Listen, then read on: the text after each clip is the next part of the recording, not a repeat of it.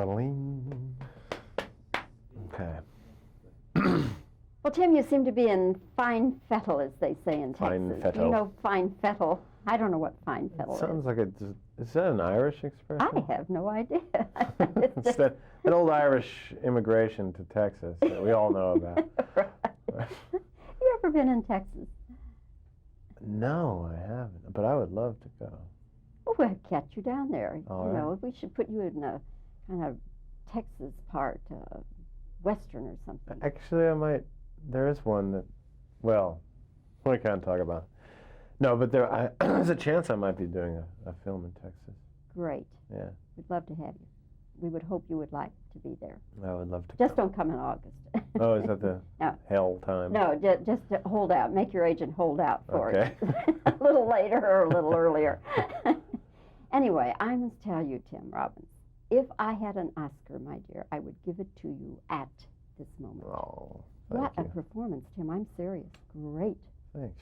great performance. Do you consider this the most challenging, most difficult thing you've ever done? Oh yeah, it was very hard. We worked for about 5.5 months, and it was pretty exhausting. At the end of a day, could you just walk away from it, or? Yes, at the beginning, I was able to. Towards the end of the shooting, it was staying with me a little more than I would have liked, and more than happens usually. But not, it doesn't. I don't start having nightmares or visions or anything. But it just was a little too present for my comfort. How do you tell people what the movie is about?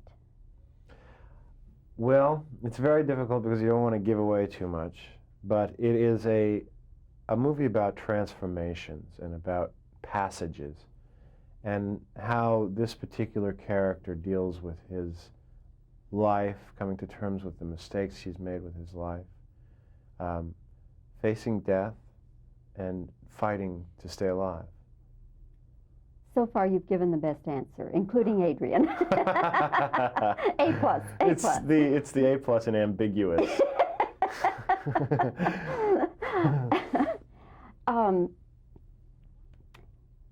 One thing that impressed me about the film and about your performance particularly is that you just are all over the place. You have scenes with children that just brought tears to my eyes. They were so touching and so sweet. And then you have these absolutely bizarre, out-of-body experiences almost. I mean, you're just, a crazy man. Mm. And then you have all the stuff in between. My question is, how would you know, or did you rely on Adrian to tell you when you're going too far, when you need to go more, the degrees? Adrian was very helpful. He was kind of the doom monitor. He made sure it didn't sink too deep, which I had a tendency to lean that way. He would desperately try to keep me up, and finding the light, I think, is very important for this movie. Finding the lighter moments, finding the joy, even in the darkness. And Adrian was very helpful in that way. It's a difficult, fine balance, and the script was so strong and so clearly drawn that you could, to tell how to get from A to Z. So I think it was good to have the help of Adrian and also the help of a great script. Given the nature of the film and the fact that you are the star of this picture, Tim, do you feel more pressure about this one succeeding? No. No, I don't want to. See, if I start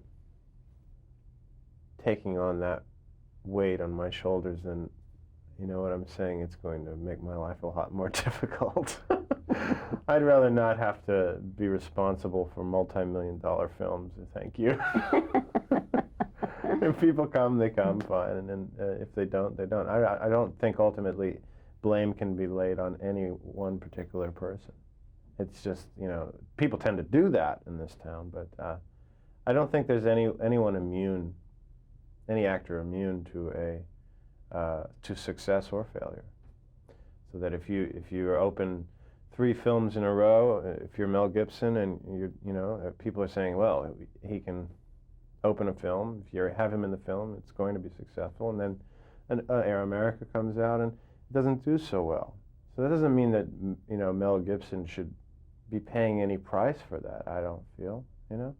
I think there's too much responsibility being lumped on people's shoulders. You should try to do the best work you can and try to do things that are new and original as an actor or as a director. And if the audience comes, they come. If they don't, they don't. Sometimes, though, Tim, excuse me, sometimes don't you think, though, that agents cause that pressure as much? Certainly. Certainly. But also studio heads and marketing people. It's all kinds of different pressures. I think it's important to you know, the whole idea that, you know, which is a recent idea I've been finding, is that if a movie that makes turns a profit, but not a considerable profit, is considered a failure. Now, that's not a very nurturing business. I mean, you put that concept into any business, and it's not a business that's going to survive very long, because it's not rewarding its modest successes. It's saying you have to make $100 million or you're nothing. So you're insisting on films that are all going to produce $100 million profit. So you're insisting on something that is, with art, it's very, you know, it's a nebulous fine line. You can't really tell what's going to succeed and what's not going to succeed.